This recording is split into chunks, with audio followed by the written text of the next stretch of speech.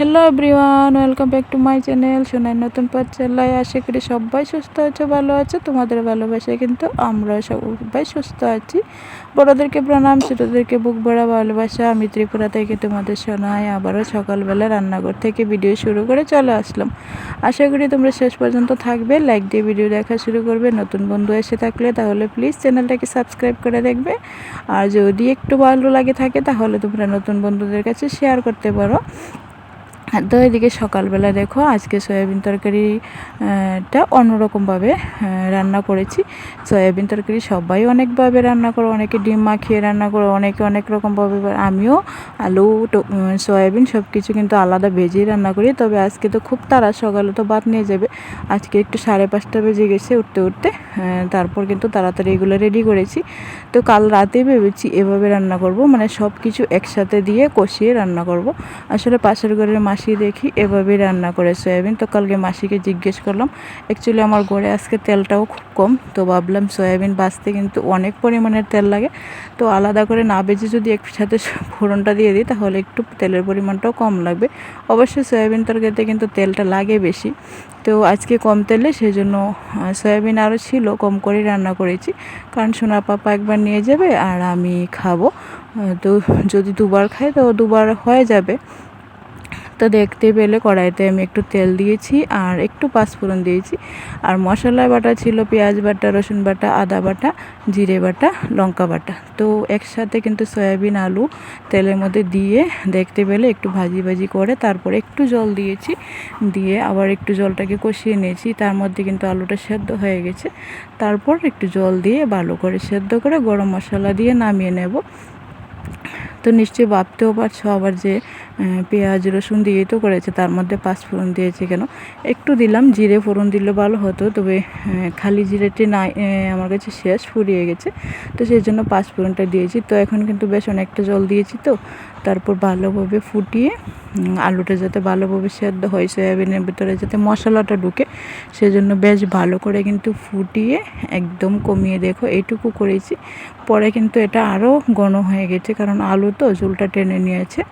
তো এভাবে না ঢাকা দিয়ে রেখে কিছুক্ষণ পর ঠান্ডা হয়ে যাবার পর তোমাদের দাদাভাইকে ভাতটা বেড়ে দিয়ে দিলাম।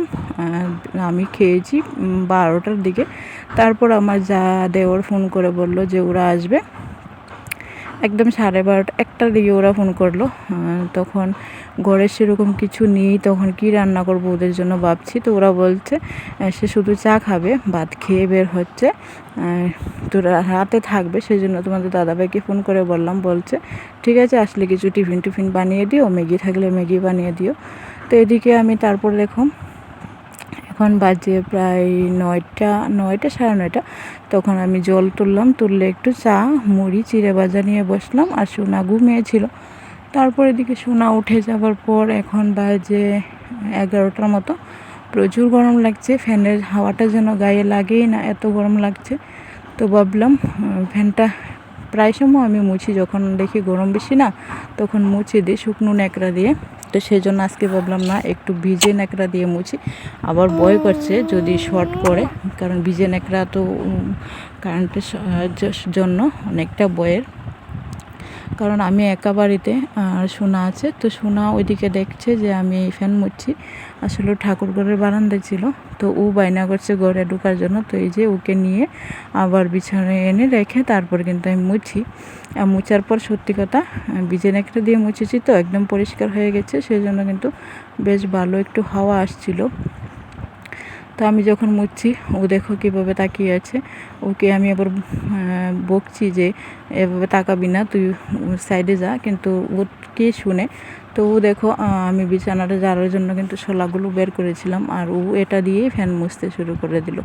তো সত্যি কথা দেখে দেখে যে বাচ্চারা শিখে, সত্যি দেখো আমি এখন যেটা করতে চাই ও কিন্তু সেটাই করে। এই যে দেখে আমি বিড়ি বাঁধি, ও কী করে আমার বিড়ির কুলাটা যখন সামনে দেখতে পাই না, ও পা বিছিয়ে সুন্দর করে বিড়ির কুলাটা একদম খুলে নিয়ে বসে পড়ে।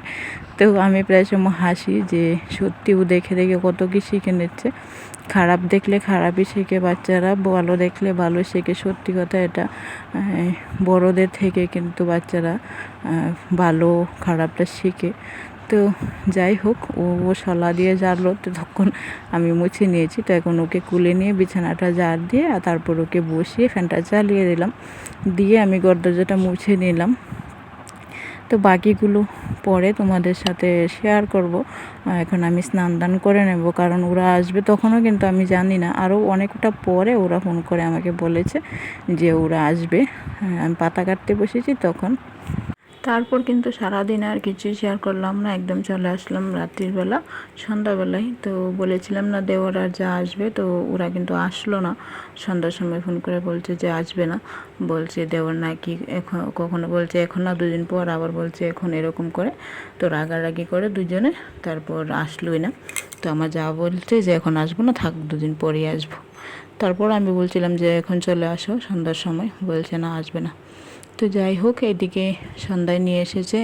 এদিকে মাছের জন্য সোনা 2 দিন ধরে যখন গলিতে মাছ নিয়ে আসে তখন মাছের মানে পেছন পেছন যায়। তো এদিকে সন্ধ্যার সময় ফাঙ্গাস মাছ নিয়ে এসেছে।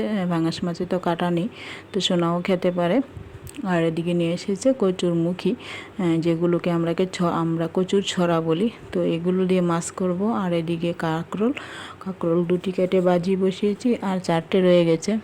আর এদিকে আছে আদা বেশ অনেকটা।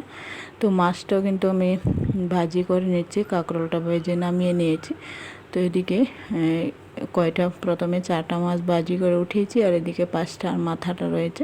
তারপর করব মাথাটা ভাজি করে এদিকে বসিয়ে দিয়েছি তরকারিটা। তো একসাথে কিন্তু আমি পেঁয়াজ দিয়ে দিয়েছি, আর মাছের তেল ছিল এক টুকরো, ওই যে তেলটাও দিয়ে দিয়েছি, দিয়ে এই যে ছড়াগুলো দিয়ে দিলাম। তো দিয়ে একটু বেশ ভালো করে ভাজি করে তারপর কিন্তু আমি মশলাটা দিয়ে দেব। দিয়ে তরকারিটা দেখো আমি কিন্তু প্রায় হয়ে গেছে, তারপর তোমাদের সাথে আমি এসে দেখাচ্ছি। এখন আমি চুলাটা অফ করে দেব। তো খুব সুন্দরভাবে তরকারিটা হয়েছিল। তো আজকের ভিডিও এ পর্যন্ত, টাটা।